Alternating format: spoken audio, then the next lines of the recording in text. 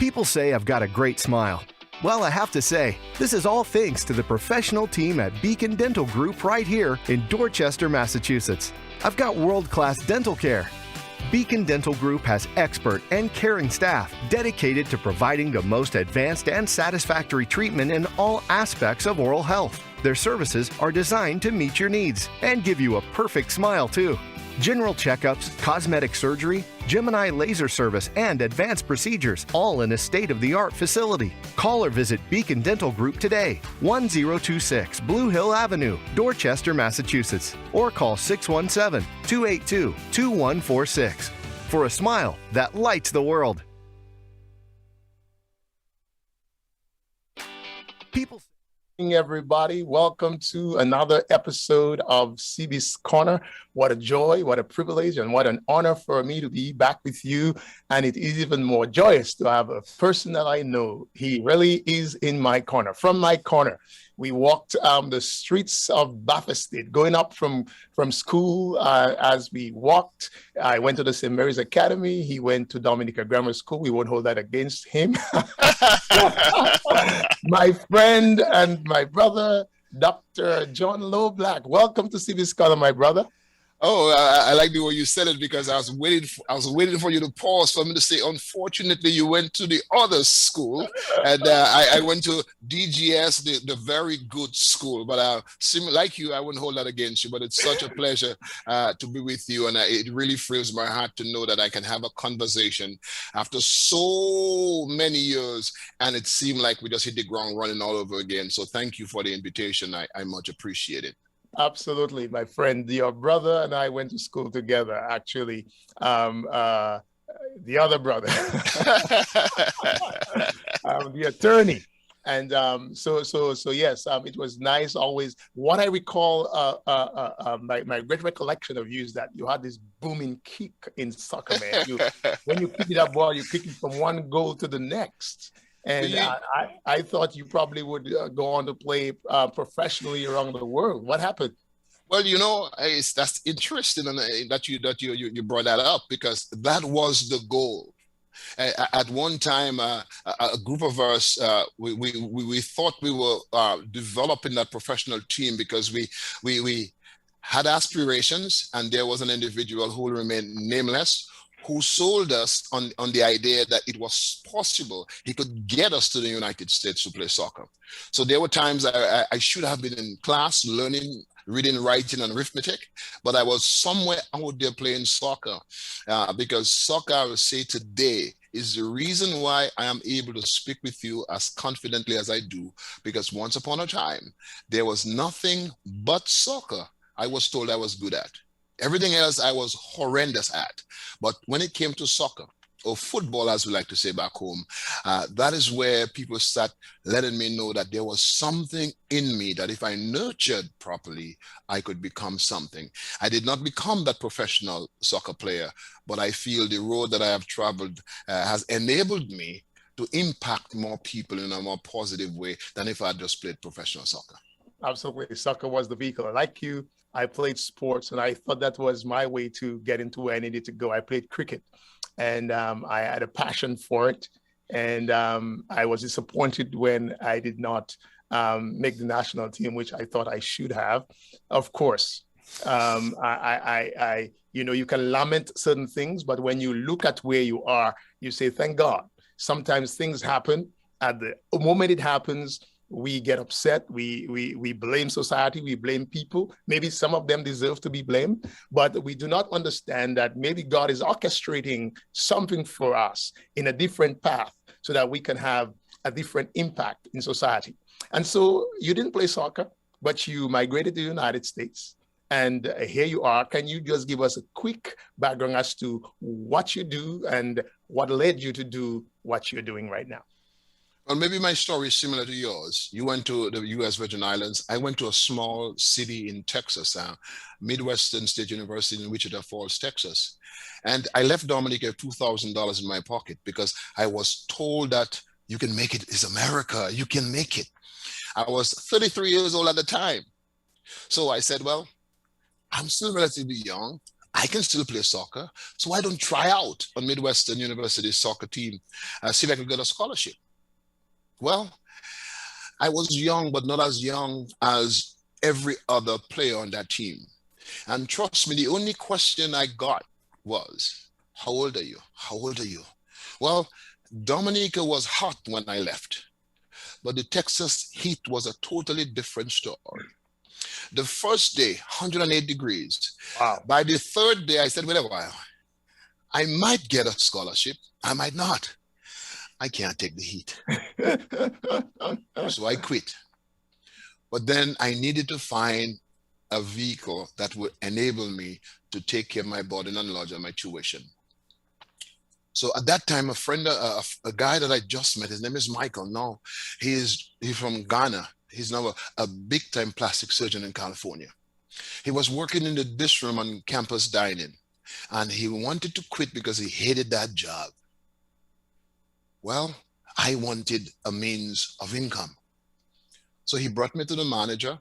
I got the job. At that time, I was working for $4.10 an hour. On the first day of the job, they took me to the staff restroom to clean the restroom. All I could say is, whilst I was cleaning, not looking at what I was doing, all that came to my mind is, you left Dominica where you were working in shirt and tie at Mapping Television, and here you are cleaning someone else's, you know what. But then it hit me. It's legal, it's moral. So I humbled myself. And were it not for that $4.10, I would not be able to be speaking to you today. It saw me through. Not only it gave me an income, but I was able to eat for free, although it was against campus dining policy. I made friends with all the workers. They allowed me to slide in. I got my meals. It was so hard that I graduated, but I was unable to receive my diploma. I was in debt to the university. Fortunately, I was able to work through. I got my diploma. Then I moved from Wichita Falls to San Marcos, Texas to go to Texas State University. Interestingly enough, the manager who hired me at Midwestern State University in Wichita Falls had changed companies. Now he was working, instead of Aramark, he was working with Compass Foods. He was the manager at Texas State. I got hired, but this time not in the dish room. I was a student manager. No more toilets cleaning.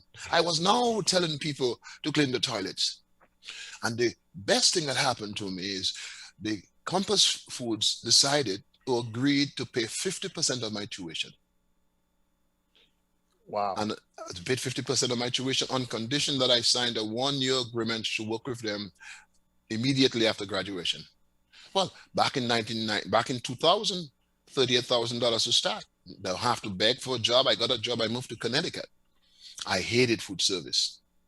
So I became a substitute teacher. And ever since, I've never left education. And that's from 2000 to now. I got my master's, I should have said, in Texas State in human resource development. I wanted to just teach. I started doing a master's in counseling. But after the first semester, I said, John, do you want to listen to people's problems for 8 hours a day for the next 30 to 40 years? I said, I don't think so. But probably I should have stayed in counseling, because guess what I've been doing? I've been listening to people's problems, kids from first grade, when I was a first grade teacher, middle school kids, high school kids, college students, but I've not gotten paid for it. But I continue to do it because to me, there's nothing better than seeing somebody grabbing onto something that you said and holding that and using that to create miraculous changes in their lives. And so when I moved to Florida, because my brother and sister were in Florida, I moved in Florida in 2002. I continued in education. I got my doctoral degree from Nova Southeastern University. I worked at Strayer University as a campus dean. And ever since, I have not left education. Now, just to sum up everything, I'm working pretty much for myself, doing training and development, helping people to believe in themselves more than they ever thought possible.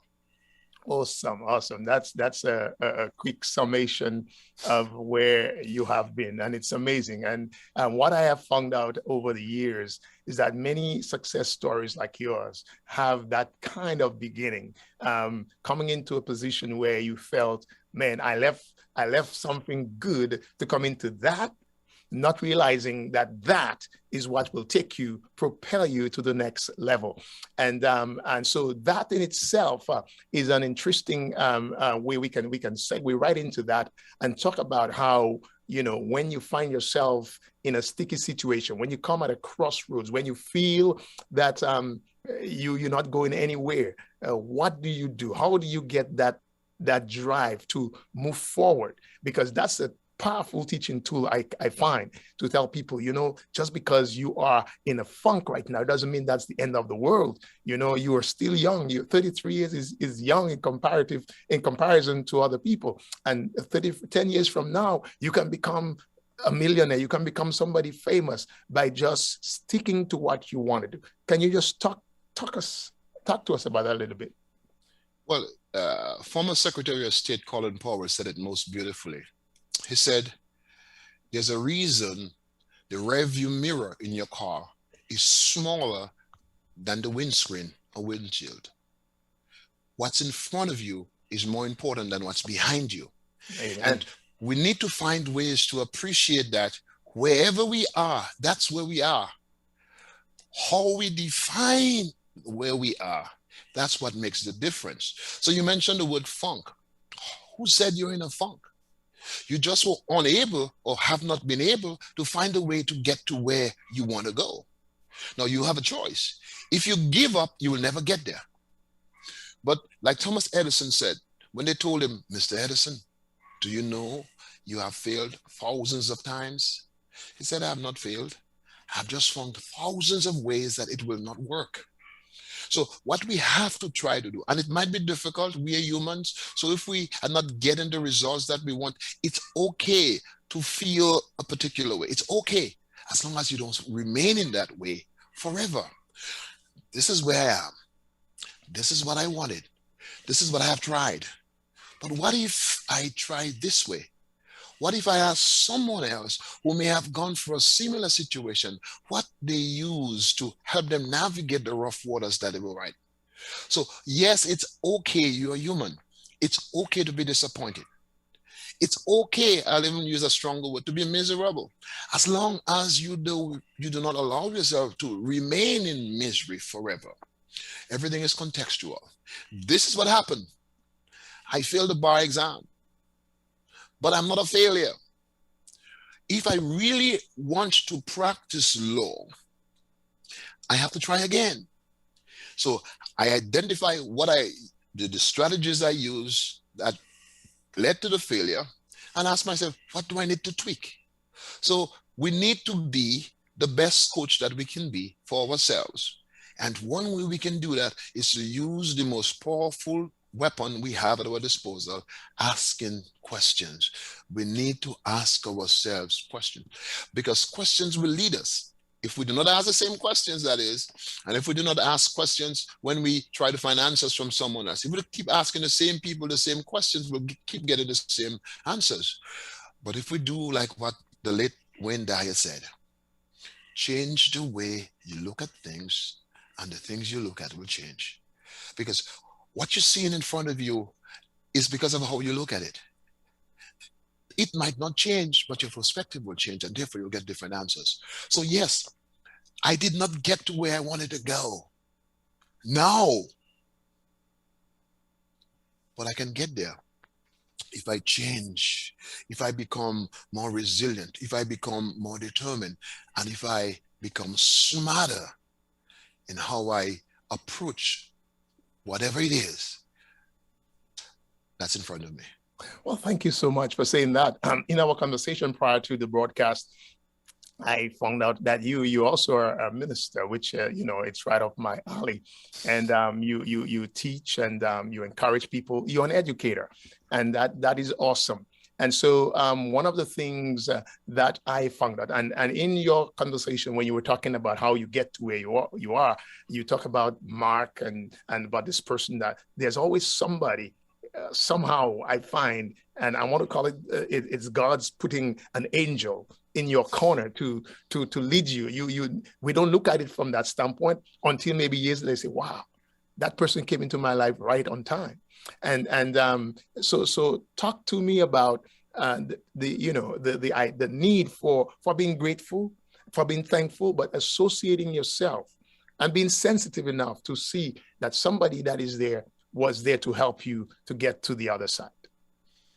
Well, I love to say that if God in his infinite wisdom thought CB alone was all that he needed to make it in this world, the 7+ billion of us would not be necessary.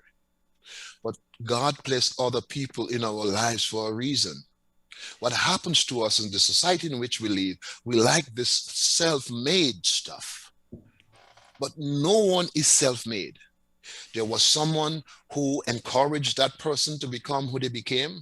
There was someone who bought the services or the products that that person had for sale. So we need to find a way to get the ego out of the way. Because as long as we think that I made this, it's all me, we're in trouble. Because what we are creating is we're creating a monster that others will run away from. And when we need them, they won't be there because it's all about us. So we first have to feel and realize that we are not in this alone. If we can develop the mindset that other people have been placed in our lives to help us, not hurt us, although some do, but we need to find a way to separate those who are consistently serving as the wind beneath our wings from those who consistently trying to clip our wings. And yes, some of them might be family members. Our family members are our family members. It does not mean that we have to share everything with our family members, especially if those family members are the ones who consistently remind us of all the things we will never be able to do. You know, your dad never graduated high school. What makes you think you're going to graduate high school? Nobody in your family ever went to college. What makes you think you're going to be the first? Yeah, well, we need to kind of stay away from those individuals who consistently sap our energy, because they're right in front of us. We know them. That's right. So we have to do more to control what we can control. And what I can control is how much time I spend with those who sap my energy. And what I can control is the time that I spend with those who boost my energy. So we have some control over it.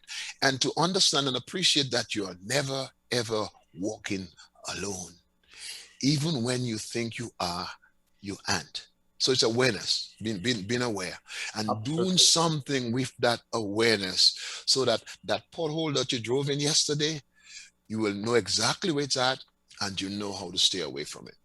Oh, I mean, that's awesome thinking. That's wonderful knowledge to have. You said we have to ask. One of the problems that I find out about people is that, again, we think it's all about ourselves, and we don't want to ask because we embarrass, or we don't want people to think we don't have certain things. But the Bible clearly states, ask and you shall receive, seek and you shall find, and knock on the door shall be opened unto you.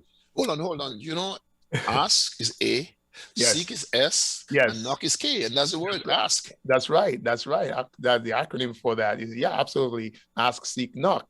And so, yeah, absolutely. And but the other aspect again is to be grateful. I think of the 10 lepers that Jesus healed, and one of them came back and said, thank you.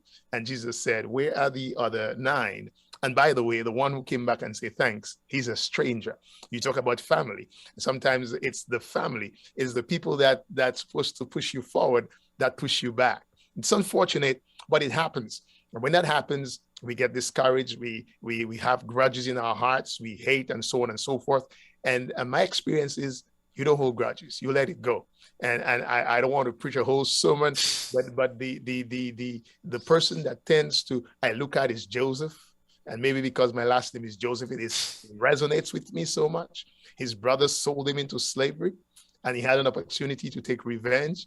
but he said, you know, you meant it for evil, but God meant it for good. And so sometimes even those negative things that happen to you along your journey is a way of propelling you to what you really ought to do and what you really should be. You know, you talk about you want to be an attorney, you fail the bar, and yes, you get frustrated and you might want, but maybe that's not the road you really should go. And so instead of being an attorney, you become something else. And there you find your spouse. You would not have found her if you hadn't got over there, or you have your children, you couldn't have them. You know, it's amazing how this works. And so when I speak to young people who look at others with their houses and gold and silver, they get frustrated because at 26, they are not there yet. And they feel, oh, how come he or she is there and I'm not? What they don't understand many times is that person who is there now, they went through some struggles to get there. And so you don't have to be there like them, but in 10 years from now, maybe it's your turn. Speak to that for me, please. Well, what I try to tell people though is don't look so much so at the outside of the house. Do you know how they live on the inside? You don't. So be careful what you ask for. They might have a 10-bedroom house, but they are miserable in that house. You might have a 1-bedroom house, but you are comfortable because you're living within your means. And that 1-bedroom house might be precisely the house that is fitted for you. So unfortunately, we're living in an environment where we compare ourselves with others.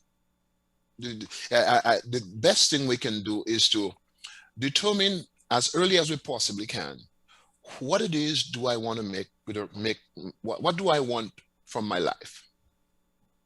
It's your life, because the Bible tells us at each one of us shall give account, not of someone else's life, but of our life. In his infinite wisdom, the Father crafted you like no one else. I gave a message one time that the AAA, you have the authority, the authenticity, and the ability to do whatever it is that you want. Because Genesis 1:26 tells us, in the beginning, God created man, but he did not stop there. He gave us knowledge and wisdom so we could use that knowledge and wisdom to create the kind of life that we want. Now, the knowledge and wisdom that he gave me is not the same that he gave you. We are different. And as long as I live, as long as mankind walk this earth, there will never be another one who talks like you, walks like you, does what you do in the very same way that you do it. Now, even if now the medical practitioners will clone you, they can only clone somebody who looks like you on the outside. They will never be able to clone someone who thinks like CB does. They might come close.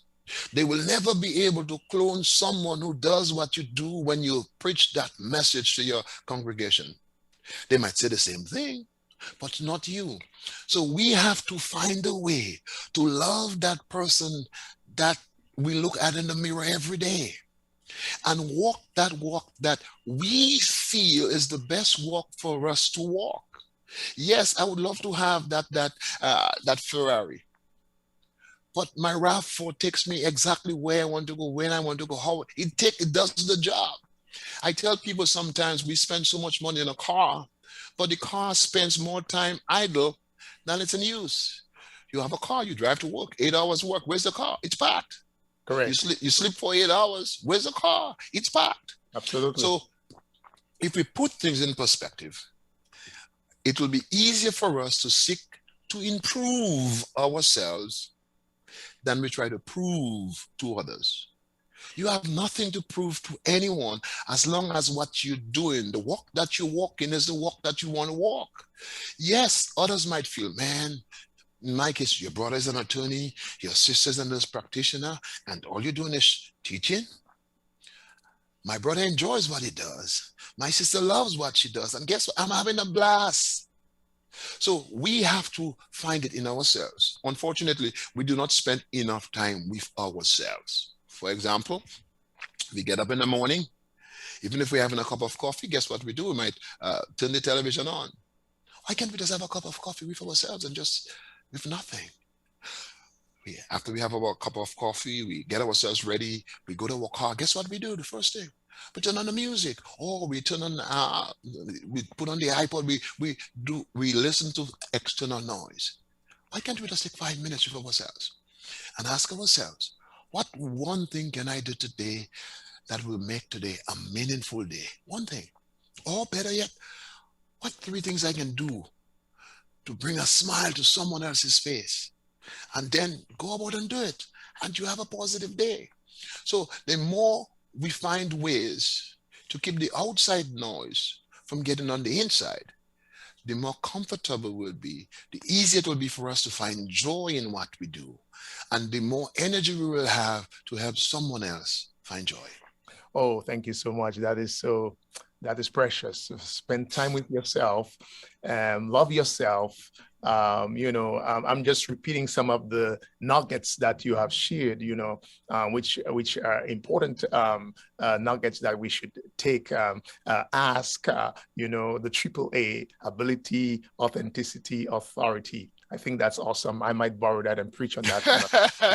Yeah, I mean, absolutely, and that's great. And to associate yourself with people that have positive intent, people that look to, as they say, big you up, as opposed to people that want to push you down. Can I say something? Can I say something? We have 3 minutes and it's yours. Go right ahead. On the authenticity piece, when I preached that message, what I said is, imagine when you go to that Nike store, you do everything you possibly can to ensure that that pair of sneakers that you're buying is authentically Nike. And when you, ladies, go to shop for your purses, you do everything to make sure that the purse that you're buying is authentically Michael Kors. But when it comes to the most important person in the world, you're trying to copy someone else. Something's wrong with that picture. Something is wrong with that. Absolutely. That's a great analogy. I mean, yes, you want to, and again, it's the idea of showing people the facade. Look what I'm wearing. Look what I'm driving. And on the inside, there is pain and there is hurt and there is no self-love. And so it is what you invest in, the thing you invest in, what's important to you. Absolutely. I love that. And so make it authentic, be honest, be truthful, not fake. But and we spend too much time watching what people put on Facebook or on the internet. And as you said, it's a facade. They put in something out there to make you think that's what it is, but on the inside, they're hurting. Their marriage is falling apart. Everything. I mean, again, not in all cases, but too many of us want to live our lives based on what we see, as opposed to using the ability that God has given us to work within our strengths and to be happy and grateful and thankful for what we have. I am so happy that we could spend this few minutes together. We done? That's it? I thought I just got started. Time flies, and that was an introduction, my friend. I'm sure I will more than likely bring you back again on CV's Corner, because at CV's Corner, we aim to inspire, to encourage, and to speak positivity. And you certainly hit the ball out of the park. I was a fast bowler, and I was a Norbert Phillip in my days. Really? I used to do that, but I preferred soccer than cricket. All right. Well, I could do my thing. You did an awesome job, my brother. Thank you. I appreciate it. I am privileged to have had you. I'm going to give you, I think we have 1 more minute. Just take that minute to encourage somebody who might be feeling that they are in the doldrums at the moment. Well, what I want to do is to thank my mother, because you mentioned gratitude so many times. Thank my mother, thank my sister, and thank everyone who you have touched. And I want to encourage them to pay more attention to who they are and less attention to what everyone else is doing. Because you bring about what you think about. It has been said time and time again. Your mind is like the soil. Whatever you drop into it, it's going to take root. Make sure what you're dropping in your mind are the things that you would like to harvest tomorrow. Praise on that note, no seed planted, and no harvest down the road. Amen. Thank you so much, my brother. You're very welcome. To you once again. May the Lord bless you in the city. May the Lord bless you in the field. May the Lord bless you when you rise.